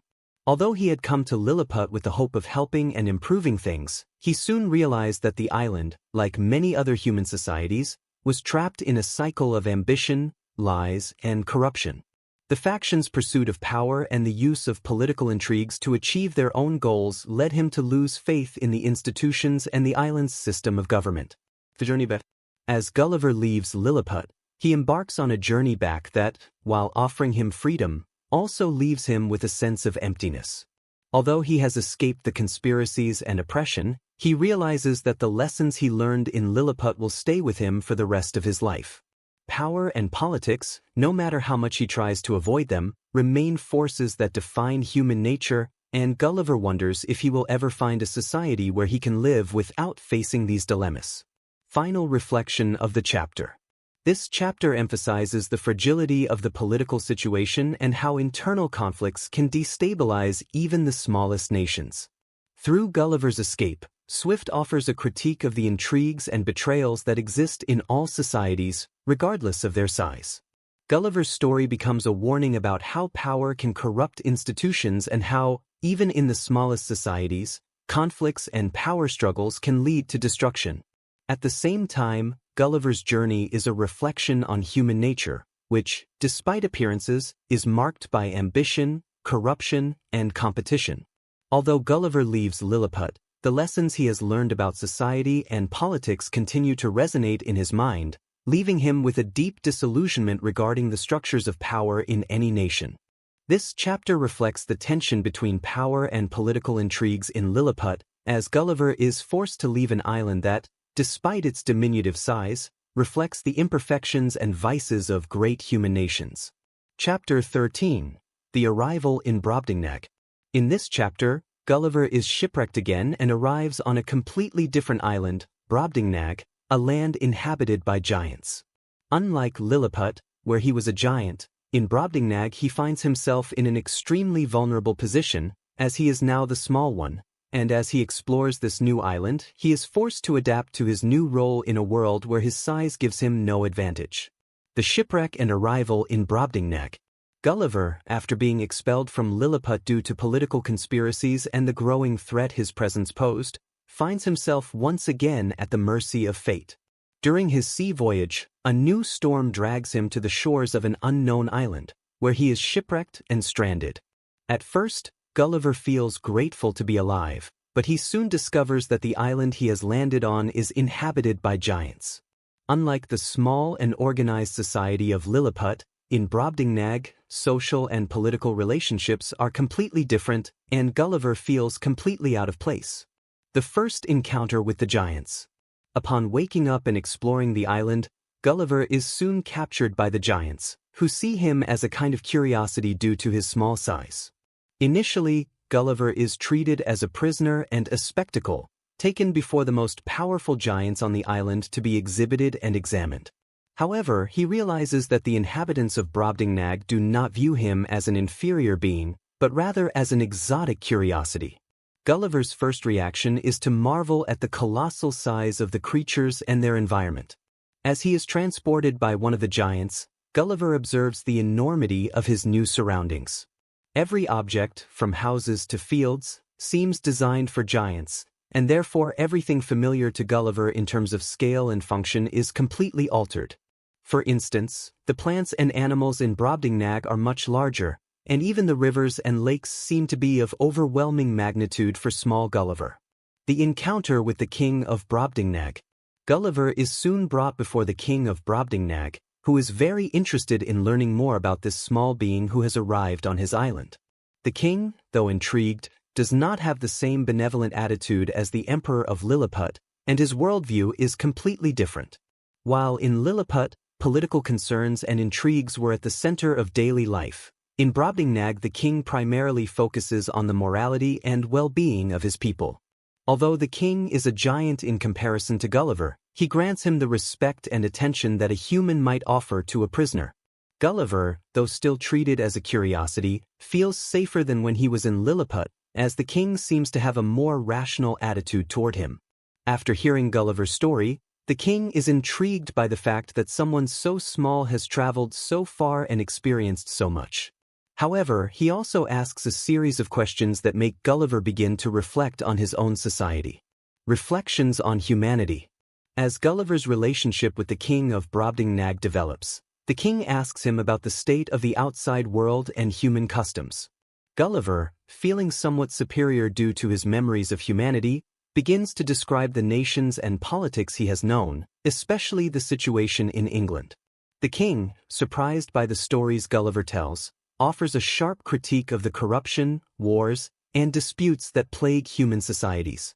The king of Brobdingnag considers humans to be despicable, and his perspective is one of absolute disdain for human nature. Through the king's words, Swift offers a deep critique of the inherent flaws in human societies. The king observes that social injustices, ambition, and corruption are endemic in all human nations, and through his conversation with Gulliver, Swift makes a strong critique of human evil and the immorality that fuels political and social systems. The king points out to Gulliver that power relations among humans, as well as wars and exploitation, are nothing but madness compared to the harmony and order that the giants maintain in Brobdingnag. The contrast between the societies. The contrast between Brobdingnag and Lilliput is striking not only in terms of size but also in the attitudes and priorities of each society. In Lilliput, ambition and political intrigues dominated daily life, whereas in Brobdingnag, the giants live in a state of much simpler peace and wisdom, without the constant power struggles that characterize human society. Through satire, Swift criticizes the flaws and defects of the human system, suggesting that even the largest nations, like Gulliver's, are dragged down by the vices of their own systems. Final reflection of the chapter. Through his stay in Brobdingnag, Gulliver is forced to reflect on humanity from a new perspective. The king of Brobdingnag, by offering his view of the world, highlights the inherent flaws in human societies, and Gulliver begins to question his own culture and the values he had taken for granted. The social critique that Swift introduces in this chapter is clear. Human societies, despite their intelligence and progress, are marked by vices that corrupt the common good. Upon arriving in Brobdingnag, Gulliver experiences a shift in his understanding of what it means to be human. Through comparisons with the giants, Swift challenges the idea that small human societies are the most advanced, suggesting that, in reality, the great civilizations are often plagued by the worst defects. The visit to Brobdingnag serves as a reminder that, despite our apparent greatness, humans are far from perfect beings. This chapter marks an important change in Gulliver's journey, as he encounters a society that, though physically and morally different, offers a critical reflection on human nature. Chapter 14. The Society of Giants. In this chapter, Gulliver deepens his understanding of the society of Brobdingnag, where, despite his diminutive size, he begins to see key differences compared to Lilliput and human societies in general. As he interacts with the giants, he realizes that, although social and political tensions exist, wisdom and moral order are more prominent in this place than in any human society he has known. Through his observations, Gulliver begins to question the meaning of virtue, power, and human morality. Daily life in Brobdingnag. Life in Brobdingnag is surprisingly calm compared to the frantic, intrigue-filled life of Lilliput. The giants live in a world that, despite its colossal dimensions, appears much more ordered and harmonious than the one Gulliver left behind. Despite the lack of advanced technology, the inhabitants of Brobdingnag seem to lead a simpler yet satisfying life. Families are close-knit, relationships are stable, and the surrounding nature is cared for respectfully, without the need for exploitation or environmental destruction. The giants live without the rush to accumulate wealth or expand power, something Gulliver sees as a remarkable change from human societies, which seem trapped in a constant competition for dominance. In Brobdingnag, social problems are minimal, and peace seems to be the rule rather than the exception. The king of Brobdingnag and his critique of humanity. As Gulliver spends more time with the king of Brobdingnag, their conversations become increasingly philosophical.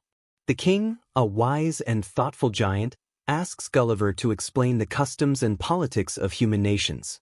Gulliver, believing that the great nations of his world are advanced and civilized, proudly describes the achievements of his own country, the monarchy of England, the technology and science they have achieved, and the wars fought in the name of progress. However, the king of Brobdingnag not only listens with disdain but openly laughs at human misery. Through his words, Swift launches a sharp critique of the corruption of human institutions, the greed, and the evil that underlies societies, even those that seem more civilized. The king points out that human nations, despite their material advances, are cruel, bloodthirsty, and selfish, and their policies are nothing but battlegrounds where personal interests prevail over the common good. Philosophical reflections on government and morality.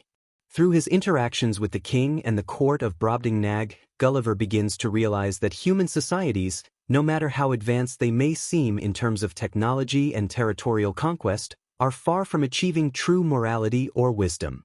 As the king questions the foundations of human government systems, such as monarchy and democracy, Gulliver finds himself unable to defend the institutions of his own country. The king mocks the wars, exploitation, and discrimination in human nations, arguing that despite the achievements of men, human societies are built on deep vices like lies, greed, and injustice. For example, when Gulliver describes wars between nations, the king of Brobdingnag responds that these wars are nothing but manifestations of madness and cruelty, primarily affecting the poor and vulnerable, while the powerful benefit from them. The nature of the giants. As Gulliver spends more time with the giants, he also begins to see his own diminutive nature in comparison to them. In Brobdingnag, his size makes him a kind of spectacle, an object of curiosity for the giants. However, at the same time, the giants treat him with a humility Gulliver had not experienced in Lilliput. There is no desire for conquest or domination. The giants are creatures who seem to live in natural harmony with their environment, far from the military and political conquests that characterize human nations. Through his interactions with the giants, Gulliver also begins to reflect on the contradictions that exist in human nature. The greatness of the giants, compared to the smallness of humans, makes him question human vanity and pride. What does it mean to be great or small in a world where physical size is a mere illusion compared to true greatness, which resides in wisdom and morality? The wisdom of the giants. One of the most notable aspects of Brobdingnag's society is the practical wisdom the giants apply in their decisions. While humans seem obsessed with accumulating power and expanding influence, the giants lead a life of balance and harmony. The critique the king of Brobdingnag offers against human society highlights the morality and wisdom that seem to characterize the island of giants, in contrast to the deep flaws of human civilization. The giants do not feel morally superior, but rather, as a species more advanced in terms of size and longevity, they dedicate themselves to living in a more thoughtful and peaceful manner. The king of Brobdingnag questions human ambitions for power, arguing that humans, in their desire to dominate the world, often destroy the very things they should protect. Final reflection of the chapter. This chapter presents a direct critique of human society and its inherent flaws through a comparison with the society of Brobdingnag. Although the island of giants is much simpler and more primitive in material terms, the wisdom of the giants and their ethical approach to life is much higher than the ambitions of humans. Swift uses the figure of the king of Brobdingnag as a vehicle to expose the hypocrisy and vices of human societies, questioning the value of material progress when it is marked by corruption and destruction. The lesson that Gulliver, and by extension the reader, learns is that the true progress of a nation does not lie in its ability to expand power or dominate others, but in its ability to live with wisdom, morality, and harmony, values that the giants of Brobdingnag seem to understand better than humans. Chapter 15. The King of Brobdingnag. In this chapter, Gulliver continues his interaction with the king of Brobdingnag, and their relationship deepens. After the initial discussions on morality and human nature, the king of Brobdingnag becomes even more critical of the customs of human nations, and his views provide a continuous source of reflection for Gulliver. Through his discussions with the king, Gulliver begins to see humanity from a completely new perspective, allowing him to offer a much deeper critique of the institutions and values that govern his own world. The king's perception of humans. The king of Brobdingnag, although fascinated by the stories Gulliver tells him about the world of humans, expresses his disdain for human nature. Through their conversations, the king openly criticizes human attitudes and customs, considering humans to be a species full of inherent vices and evils. At first, Gulliver feels a mix of pride and shame when hearing the king's critiques, but he soon realizes that the monarch's observations are not merely negative judgments but also deep reflections on the fundamental flaws of human society. The king asks Gulliver about the political system of his country, and through his response, Gulliver tries to justify human government and institutions. However, the king is not easily convinced. He criticizes war, social injustices, the exploitation of the weak, and the way the rich and powerful oppress the lower classes. For the king of Brobdingnag, humans appear to be a species prone to corruption and violence, and their civilizations, no matter how technologically advanced, have no real virtue. The king and human wars. One of the most critical points of the conversations between Gulliver and the king revolves around human wars. Gulliver proudly describes the great battles fought between nations, such as imperial conquests and military victories achieved in the name of national glory. However, the king is horrified by the justifications for war, considering wars to be absurd and destructive. He asks Gulliver if he truly believes that national interests and conflicts are sufficient reasons to destroy so many human lives and resources. According to the king of Brobdingnag, war is a manifestation of human madness, and nothing justifies the suffering caused by warfare. The king asserts that in Brobdingnag, his peaceful kingdom, there has never been a war or a need to defend against an enemy. Life in Brobdingnag is marked by harmony and cooperation among its inhabitants, and any form of violence or conflict is considered a deviation from the ideal human nature.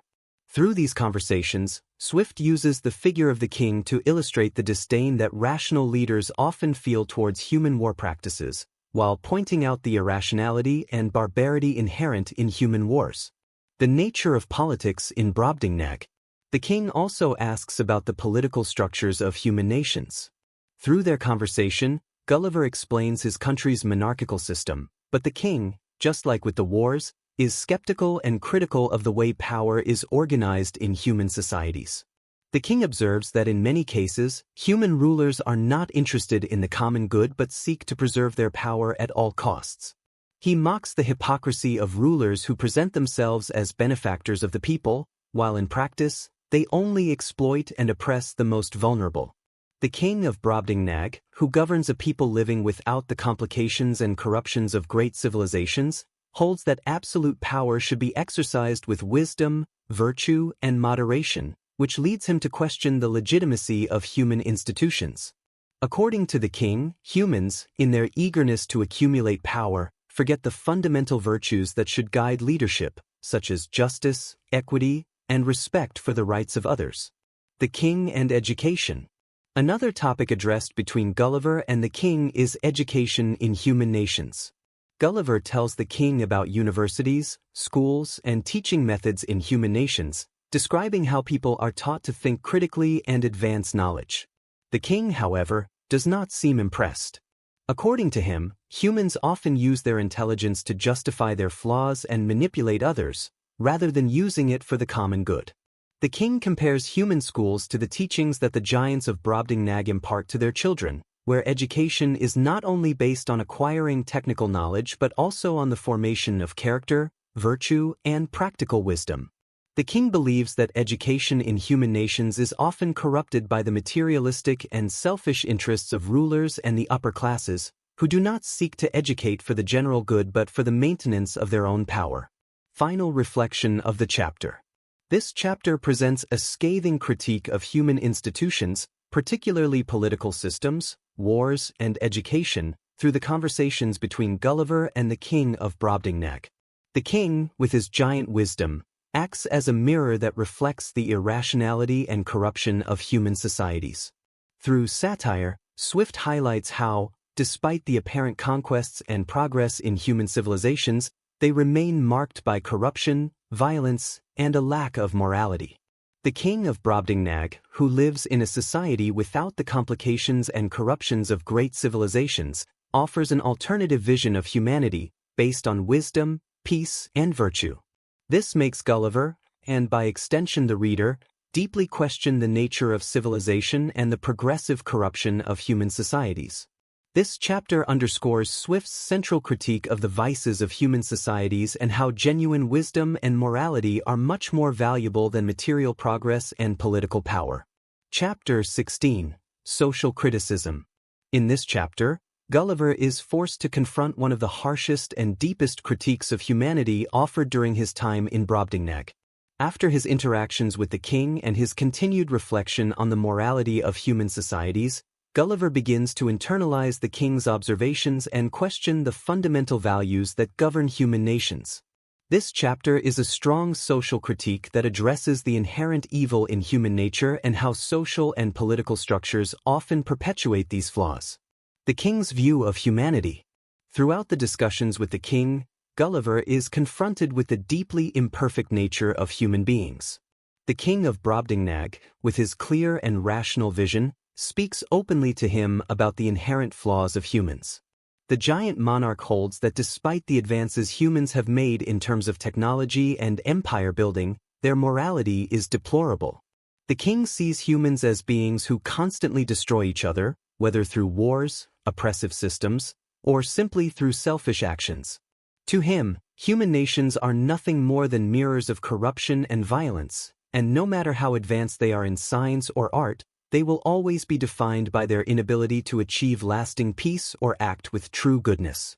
Gulliver, although initially feeling that these observations are too extreme, begins to see the truth in the king's words. The endless wars, social injustices, and inequality he observes in his own world make him wonder if humans truly deserve all they have achieved. The comparison with Brobdingnag.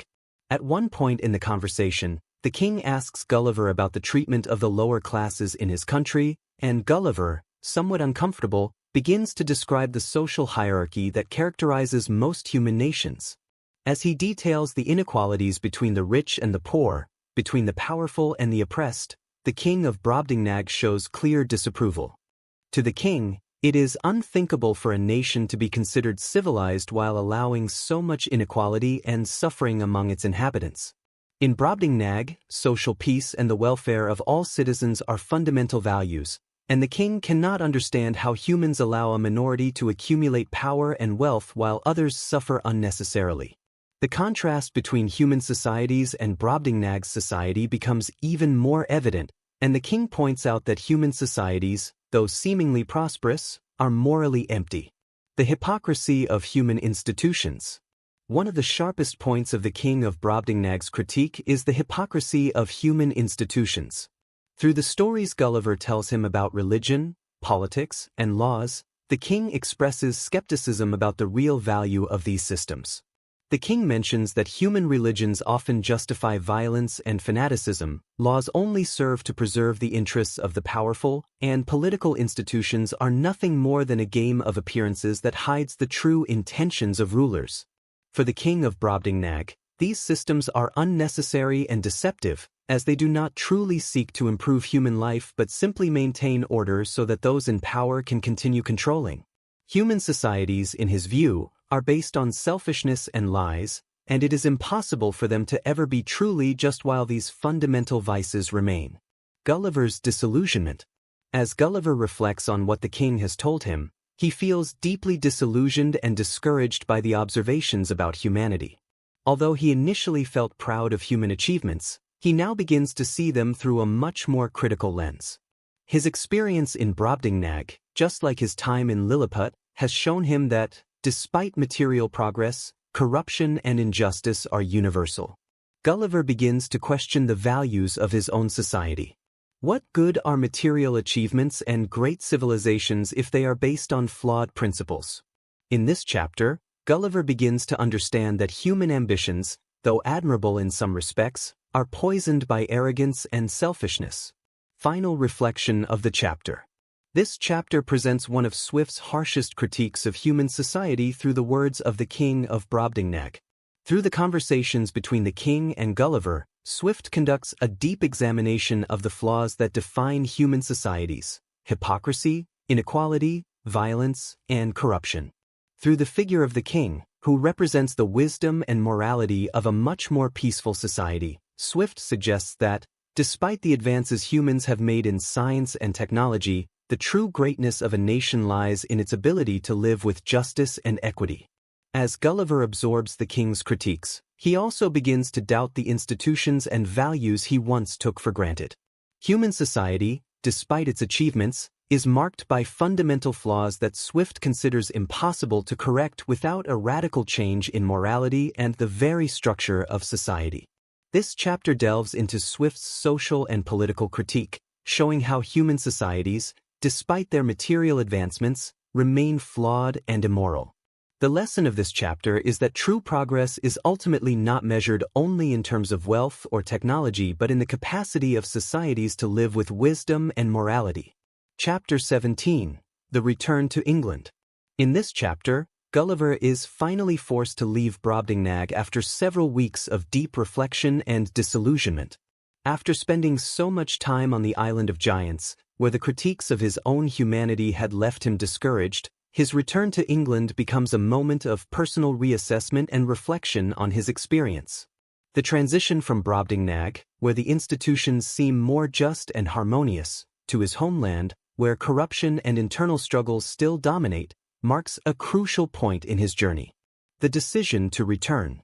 Despite the satisfaction the peace of Brobdingnag brings him, Gulliver feels that he cannot stay there forever. Although the king of Brobdingnag has offered him the possibility of staying and living in his land, Gulliver decides to return to England, a desire fueled by his nostalgia and the idea of returning to a familiar world.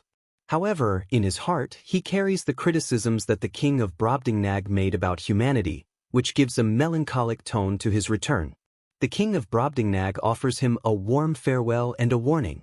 He tells Gulliver that, despite the great differences between human nations and Brobdingnag, not all is lost for humans. In his opinion, if men were able to abandon their pride, selfishness, and ambition, they could truly progress. However, the king is also convinced that the chances of this happening are low and expresses to Gulliver that his ideals do not fit well into the world of human nations. The return journey. Gulliver's return to his country is a long and arduous journey, but it is filled with reflections on humanity and his own identity. As he moves away from Brobdingnag and gets closer to the shores of England, Gulliver becomes increasingly disillusioned with his own society. The king's critique has made him see the flaws of human civilization in a way he had not been able to understand before. As he nears the English coast, the contrast between what he left in Brobdingnag and what he is about to find in his homeland becomes ever more pronounced. Upon arriving in England, Gulliver finds himself in a society that seems completely foreign and decadent. Although the nation he was born and raised in is still the same, his view of humanity has drastically changed. Gulliver feels completely alienated and disillusioned by the state of society, as he now sees the selfishness, hypocrisy, and corruptibility that dominate life in England.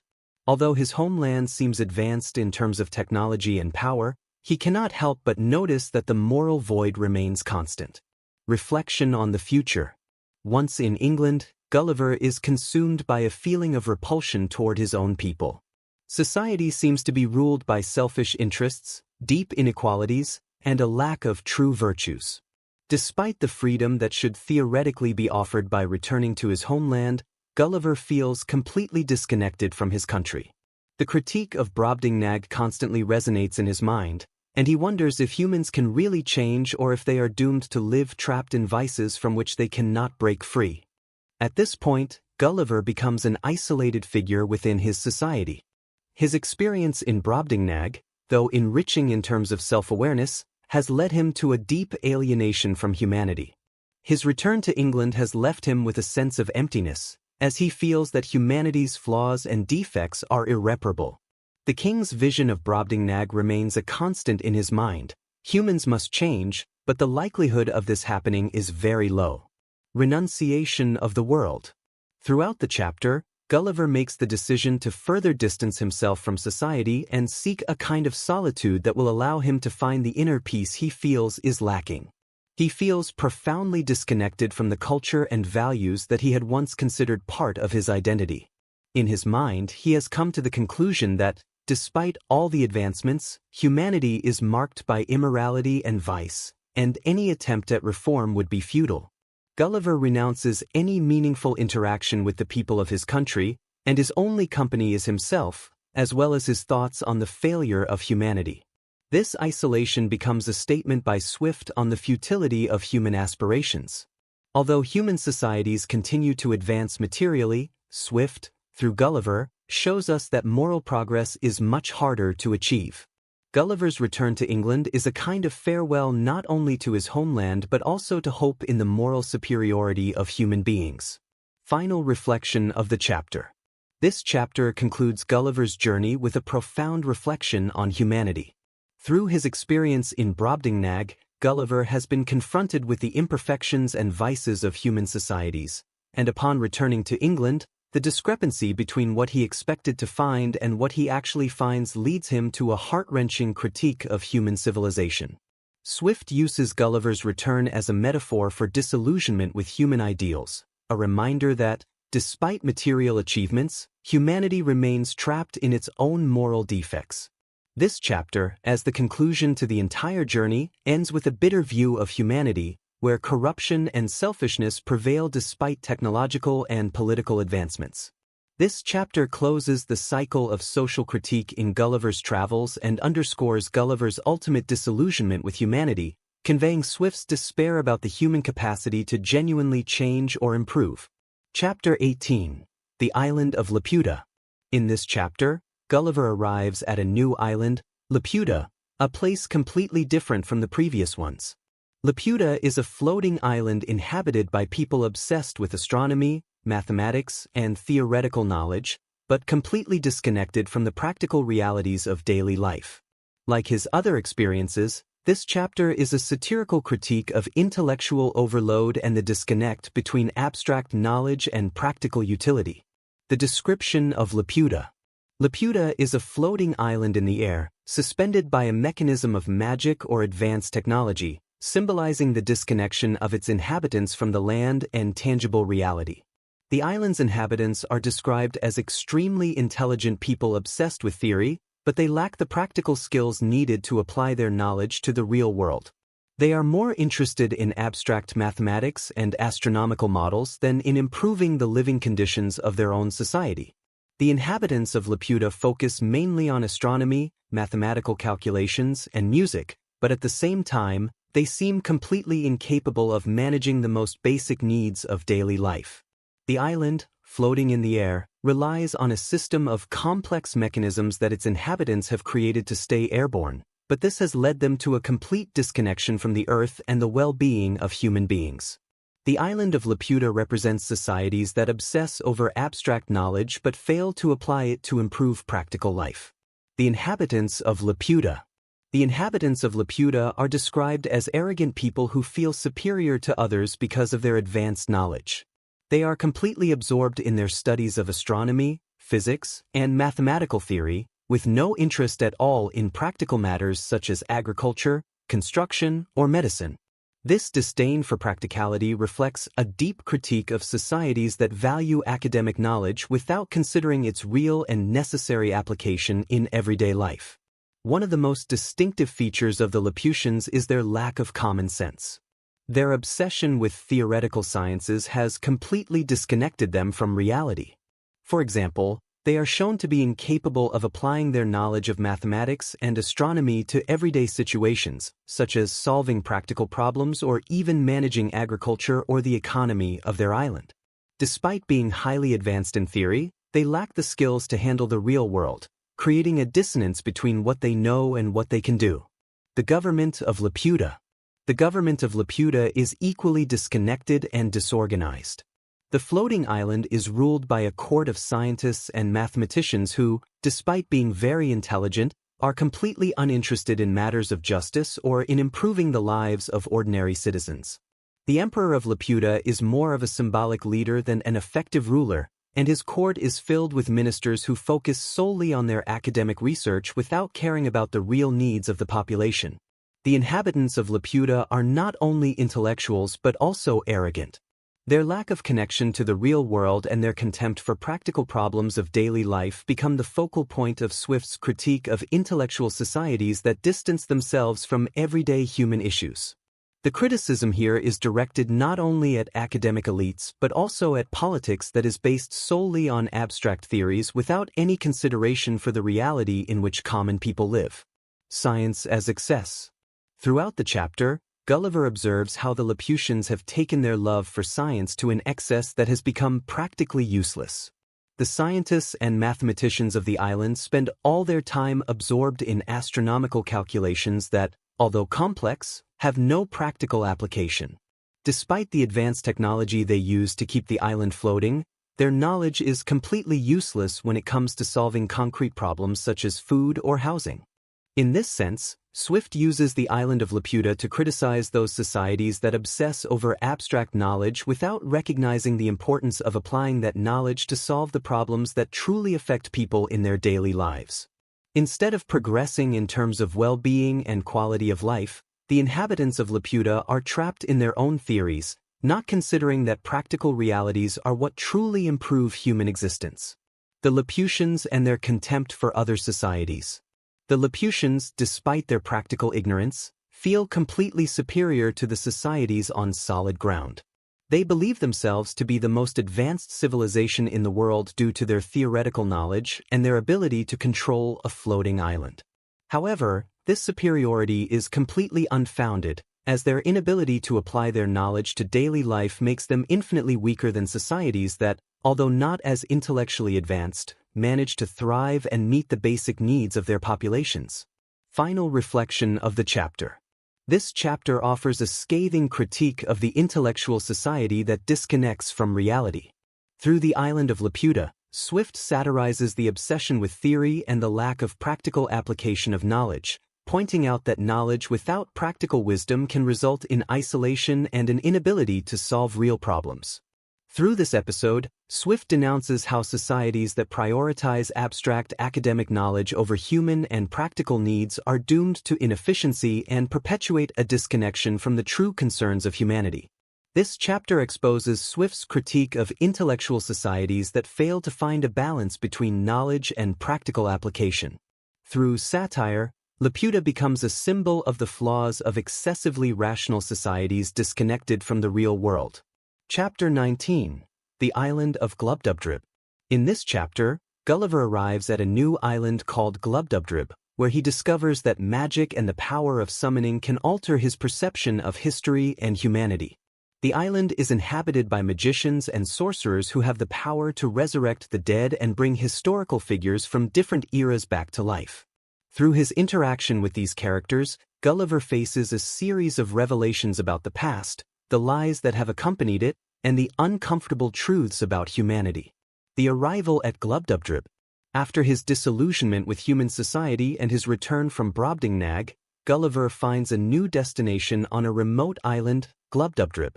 After being shipwrecked and rescued by the island's inhabitants, Gulliver is taken before the rulers of this place, a community distinguished by their mastery of magic. Glubbdubdrib is governed by magicians who possess profound knowledge of supernatural powers and history. Although Gulliver is initially cautious about his new hosts, he soon realizes that the island's inhabitants are very different from the human societies he has encountered before. The magic of Glubbdubdrib. What sets Glubbdubdrib apart from the previous islands Gulliver has visited is the magical power its inhabitants possess.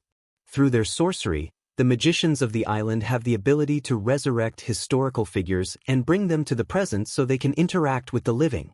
This allows Gulliver to gain a unique perspective on the historical figures and events that have shaped the world, providing him with a different view of history than he previously knew. Gulliver is fascinated by the possibility of speaking directly to historical figures and seeing how they behave in reality. The magicians allow him to summon characters from past eras, from ancient philosophers and political leaders to figures from his own time. Gulliver seizes this opportunity to learn from the thoughts and actions of those who, in his world, only existed in history books. The historical revelations. Through his interactions with the resurrected dead, Gulliver begins to receive answers to many of the questions he has had throughout his journey. The characters he summons, from mythological figures to monarchs and political leaders, provide him with a fascinating and often unsettling view of human history. As these historical figures explain themselves, Gulliver begins to challenge many of the beliefs and myths he held about humanity. One of the first revelations Gulliver receives is about the hypocrisy of many of history's great men. When he summons figures like Alexander the Great and Caesar, he realizes that these characters, who had been celebrated as great heroes in history, had negative traits that later generations ignored or concealed. Gulliver, impressed by the humanity of these characters, realizes that history often distorts the truth to create larger-than-life figures. The mistakes and lies of history. As Gulliver converses with the resurrected dead, he faces the bitter truth that history is full of lies and mistakes that historians have perpetuated for centuries. Many of the great victories and achievements that men celebrate as milestones of human civilization are, in reality, acts of violence, injustice, and oppression. King Louis XIV and other monarchs that Gulliver summons reveal that the history of their empires is full of abuses of power, destruction, and exploitation of their own people.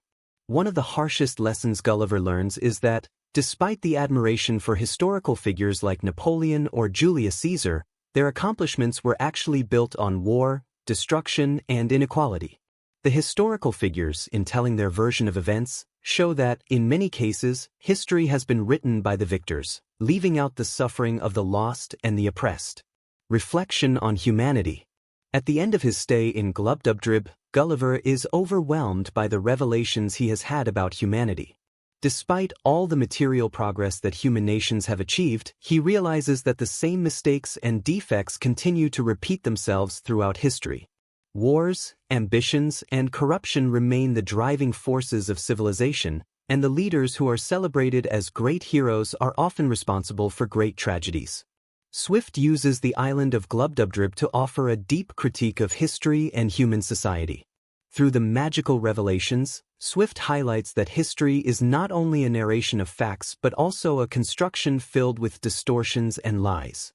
Gulliver, by facing the reality of humanity through these historical figures, loses even more faith in human institutions and the ideals he had held until that moment. Final reflection of the chapter. This chapter underscores Swift's critique of history and the process of constructing historical narratives, which often distort the truth to glorify leaders and empires. Through the magic of Glubbdubdrib, Swift shows how the lies surrounding historical figures are perpetuated through generations and how the true nature of humanity remains ignored or concealed. Gulliver, in the end, faces the truth that history is not a faithful reflection of reality and that the great figures of the past are not always the heroes that modern society believes them to be. This chapter is a profound reflection on human evil through the lens of history, showing how knowledge of the past can reveal uncomfortable and disillusioning truths. Chapter 20. Conclusion. In this final chapter, Gulliver returns to his country after his travels through the strangest and most wondrous islands, and faces his ultimate reflection on humanity. Although he has visited many extraordinary places, his view of humanity has radically changed, leading to a deep alienation from his own society. This chapter serves as a conclusion both to Gulliver's adventures and to the philosophical and social critique that Jonathan Swift has developed throughout his work. The return to human society. Gulliver returns to England with a sense of disillusionment and hopelessness toward humanity. After encountering societies like Lilliput, Brobdingnag, Laputa, and Glubbdubdrib, he concludes that humans are deeply corrupted by their own flaws. Swift's critique of humanity intensifies as Gulliver reflects on his time in these islands. In each place he visited, he found societies that, though different in their organization, reflected the same imperfections of humanity, ambition, hypocrisy, and selfishness. Renunciation of humanity. Throughout his adventures, Gulliver has witnessed how human nations, despite their material and political achievements, are still dominated by fundamental vices.